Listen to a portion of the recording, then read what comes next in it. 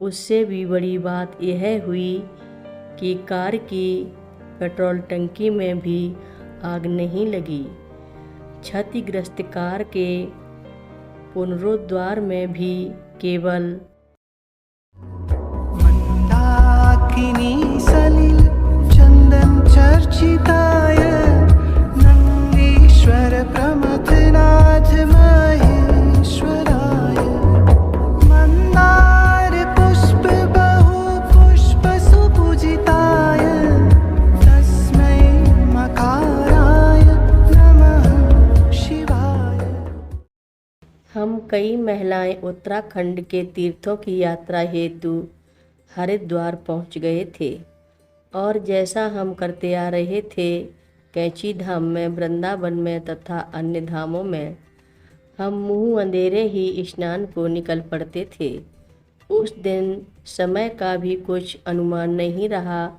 हर की पौड़ी पहुंचने पर देखा कि एकदम वीरान है।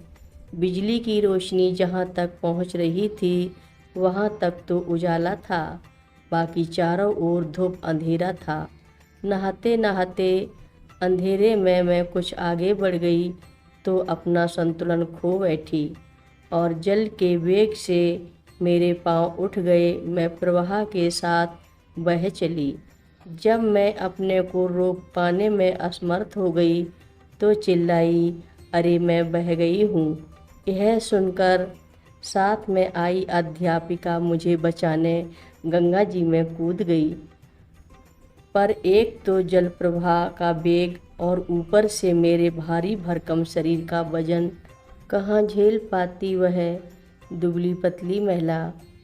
उधर बदहवासी में मैंने उसे जकड़ लिया तो वह भी मेरे साथ बह चली।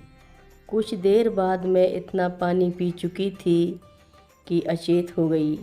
चेतना लौटने पर पाया कि मैं पौड़ी से दूर पहले पुल के पास प्लेटफार्म पर पड़ी हूँ।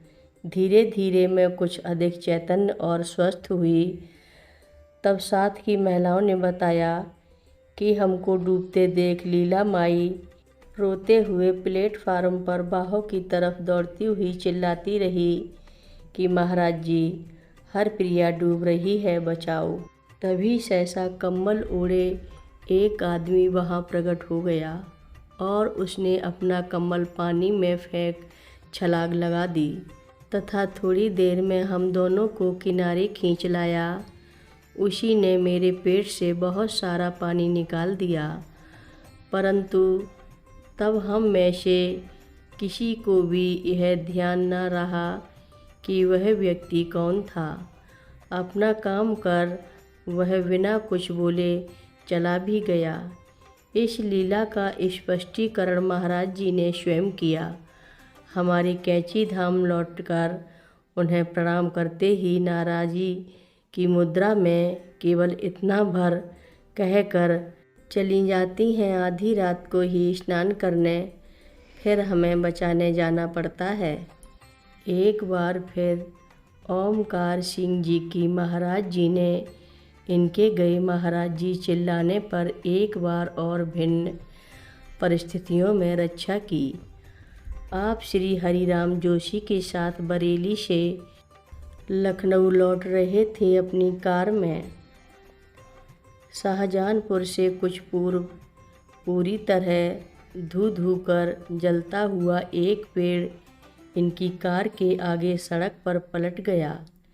गति प्राप्त कार उस जलते पेड़ के अंक में सामने वाली ही थी कि चिल्ला उठे, श्री ओमकार सिंह गए महाराज जी, बचाओ।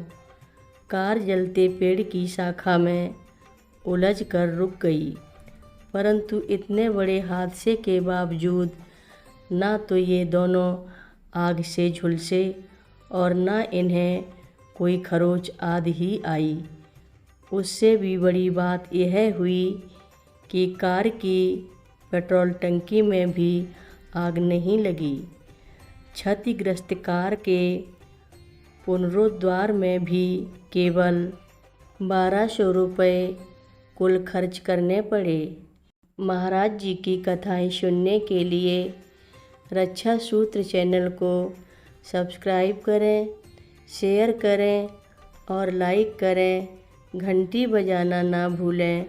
कमेंट बॉक्स में लिख भेजें, जय नीम करोली बाबा जी महाराज। बोलो नीम करोली बाबा जी महाराज की जय बोलो।